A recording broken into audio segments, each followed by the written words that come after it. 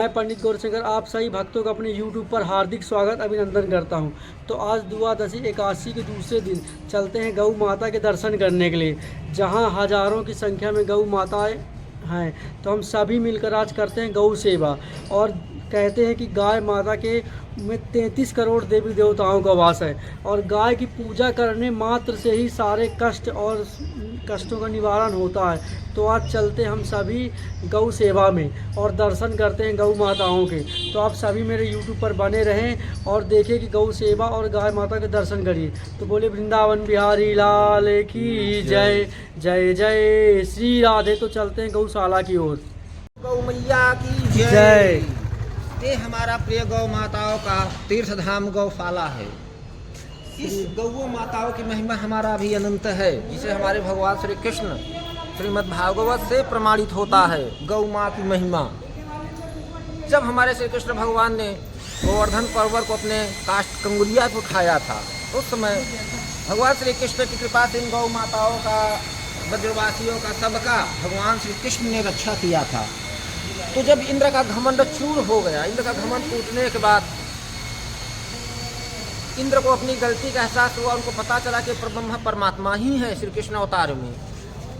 तो इंद्र वहाँ पे भगवान से क्षमा याचना करने आए। तो अपने मुकुट उनके चरणों में रखकर भगवान श्री कृष्ण से याचना, प्रार्थना, स्तुति, वंदना की और क्षमा मांगी। उसी समय देवलोक से गौ माता कामधेनु आई और अपने थनों से दूध से भगवान श्री कृष्ण का अभिषेक किया।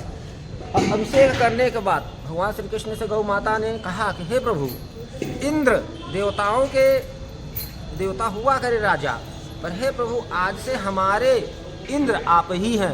अर्थात भगवान को गोविंद नाम से संबोधित करते हुए माताओं ने ही नाम दिया था श्री कृष्ण भगवान को गोविंद।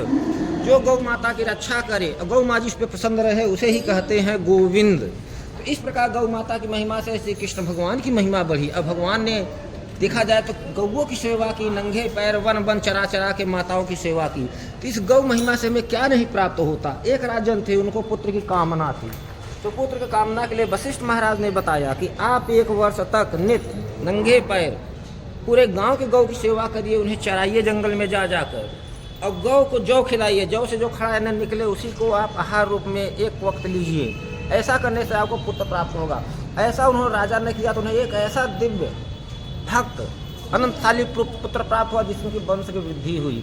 तो इस प्रकार हमें गौ माँ की महिमा सारा जग, सारा विश्व, तीनों लोक विख्यात है। और गौ माँ की महिमा से हम वर्णन क्या करें। चतुर्मुख ब्रह्मा जी हमारे नहीं कर सकते, शेषनाग जी नहीं करते, जिनके सहस्त्र हजारों मुख हैं। तो हम 2 हाथ पैर वाले मानव कैसे गौ माँ की महिमा का बखान कर सकते हैं। इनकी महिमा, माता की महिमा माँ ही जाने। तो ये माँ हमें अनेक रूप में सुख देती है। पृथ्वी रूप में हमें धारण करती है, नाना प्रकार के अन्न, शाक, कंदमूल, फल देती है। गौ रूप में आके हमें दूध, घी, मक्खन, छाछ ये सब उपलब्ध कराती है। इस प्रकार की गौ माँ की महिमा हम जितना कहें भक्तों उतना ही कम है। हम तो इतना ही कहेंगे कि भक्तों सब प्रेम से बोलो गौ माता की जय।